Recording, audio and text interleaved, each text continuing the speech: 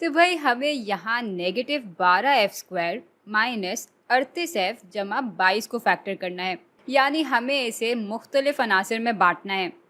तो ये काम करने के लिए सबसे पहले देख लेते हैं कि फिलवक्त इन तीनों टर्म्स के बीच में कोई मुश्तरका आंसर यानी कॉमन फैक्टर है या नहीं। आप अगर गौर करें तो ये सारी टर्म्स 2 से तकसीम हो सकती हैं। अच्छा, साथ ही साथ हम इस नेगेटिव के निशान को भी फैक्टर आउट कर लेंगे, क्योंकि अगर इसको हम यहाँ पे रखते हैं तो आगे हमारे लिए इस एक्सप्रेशन को सुलझाना थोड़ा मुश्किल हो जाएगा। तो -2 को हम बाहर ले आएंगे, इसको -2 से तकसीम करेंगे तो पीछे +6f² आ जाएगा। इसको -2 से तकसीम करेंगे तो यहाँ +19f आ जाएगा, और 22 को -2 से तकसीम करेंगे तो हमारे पास -11 आ जाएगा। तो ये एक्सप्रेशन अब थोड़ा सा सुलझ गया है। अच्छा, यहाँ चूँकि दूसरी डिग्री वाली टर्म का कोएफिशिएंट 1 के बराबर नहीं है, तो इस एक्सप्रेशन को हम ग्रोहों में बांटकर फैक्टर कर लेंगे, यानी यहाँ हम ग्रुपिंग का तरीका इस्तेमाल कर रहे होंगे। और ग्रुपिंग करने के लिए हमें कोई ऐसी दो इकदार चुननी होगी जिनको जब हम आपस में ज़रब दें तो वो दूसरी डिग्री वाले टर्म के कोएफिशिएंट और इस मुस्तकिल कदर के आपस की ज़रब के बराबर आ जाए। यानी अगर एक कदर हमारे पास a है और दूसरी b है तो इनका ज़रब बराबर होना चाहिए +6 ज़रब -11 यानी -67 के।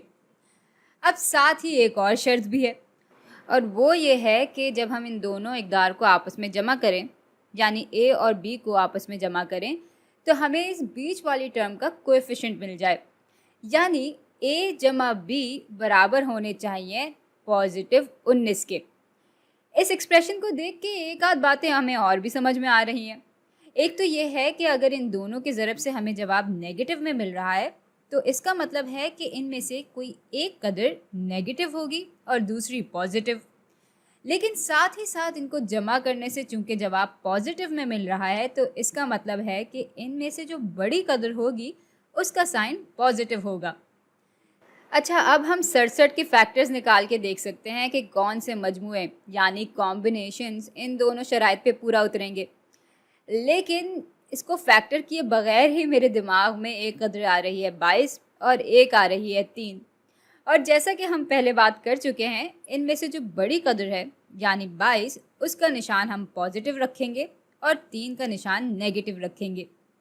भाई +22 ज़रब -3 बराबर होते हैं -67 के, और +22 जमा -3 बराबर हो जाते हैं +19 के। तो ये इकदार इन दोनों ही शराइत पे पूरा उतर रही हैं, और इसलिए हम इस 19f को -3f जमा +22f की सूरत में लिख सकते हैं, और 6f² और -11 यूं ही आ जाएंगे। और इस पूरे एक्सप्रेशन को अभी भी हम -2 से ही ज़रब दे रहे होंगे।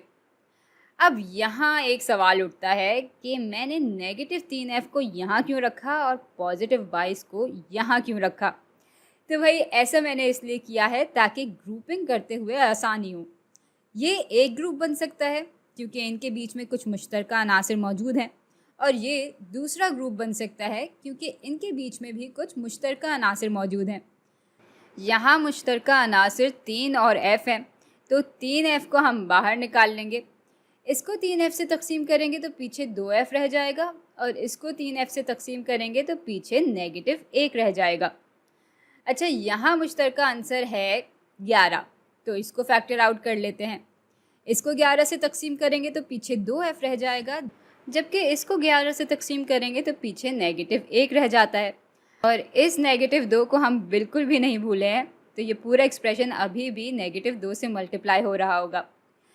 भाई अब ये पूरी एक टर्म है जबकि ये पूरी एक टर्म है। मज़े की बात यह है कि इन दोनों ही टर्म्स में 2f-1 मौजूद है, यानी ये इनके बीच में एक मुश्तरका आंसर है, और इसलिए हम इसको बाहर निकाल लेंगे। 2f-1 से जब हम इस टर्म को तकसीम करेंगे तो पीछे 3f रह जाएगा, जबकि इसको जब हम 2f-1 से तकसीम करेंगे तो पीछे +11 रह जाएगा, और अभी भी इस एक्सप्रेशन को हम -2 से ज़रब दे रहे होंगे। तो ये एक्सप्रेशन अब कुछ इस शक्ल में आ गया है। अब भाई अगर आप इस जवाब से मुतमईन नहीं हैं तो जवाब को परखने के लिए आप इसको खोल कर सुलझा कर देख सकते हैं कि ये वापस इस शक्ल में आ रहा है या नहीं। लेकिन मुझे अपने जवाब पर पूरा यकीन है, इसलिए मैं आपको बता सकती हूँ कि जब इसको हम खोलेंगे और सुलझाएंगे तो हमें यही एक्सप्रेशन वापस मिल जाएगा।